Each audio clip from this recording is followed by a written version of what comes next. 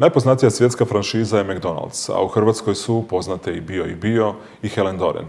Kako je poslovati franšizno i što se s time dobija, saznajte u sljedećim minutama. Franšiza je model rasta poduzeća koji značajno smanjuje neizvjesnost u najrizičnijim fazama rasta, pokretanju poduzeća i fazi brzog rasta. Franšizno poslovanje je vrlo razvijeno u većini zapadnih zemalja, posebno u Sjedinjenim Američkim Državama. Franšiza je kao model poslovanja izuzetno zastupljena u razvijenim zemljama zapada.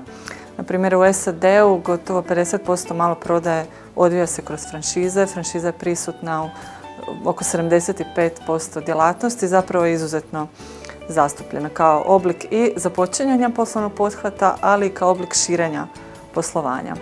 Među 500 vodećih europskih franšiza samo su dvije iz srednje i jugoistočne Europe, mađarski Forneti i češki Bata.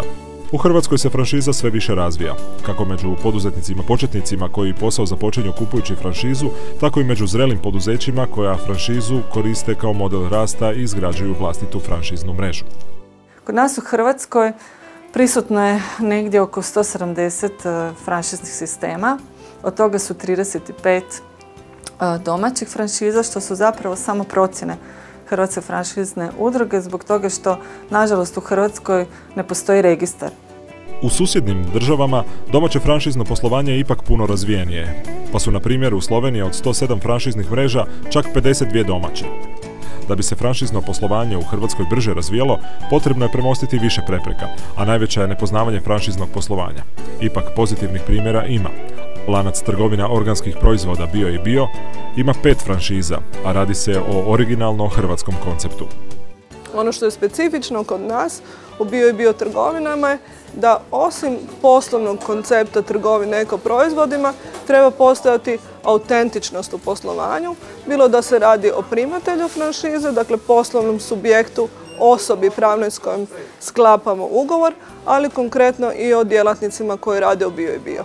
Dakle, svi oni trebaju prepoznavati Bio proizvode, Bio misiju kao dio vlastite životne filozofije.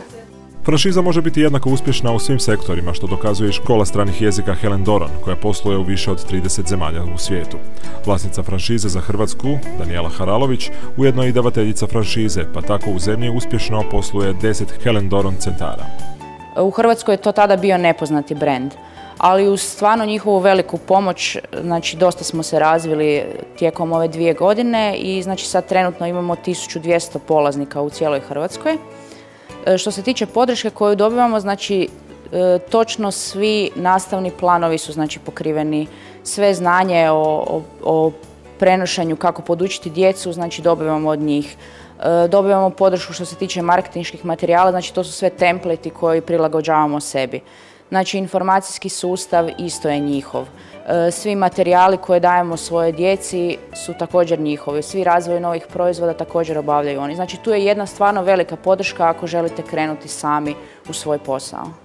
Davatelji i korisnici franšiza očekuju od države skoru izradu zakonodavnog okvira za franšize, kreiranje registra franšiza u okviru Hrvatske gospodarske komore, programe kreditiranja prilagođene franšizama te uključivanje franšiznog poslovanja u nastavne sadržaje na sveučilištima.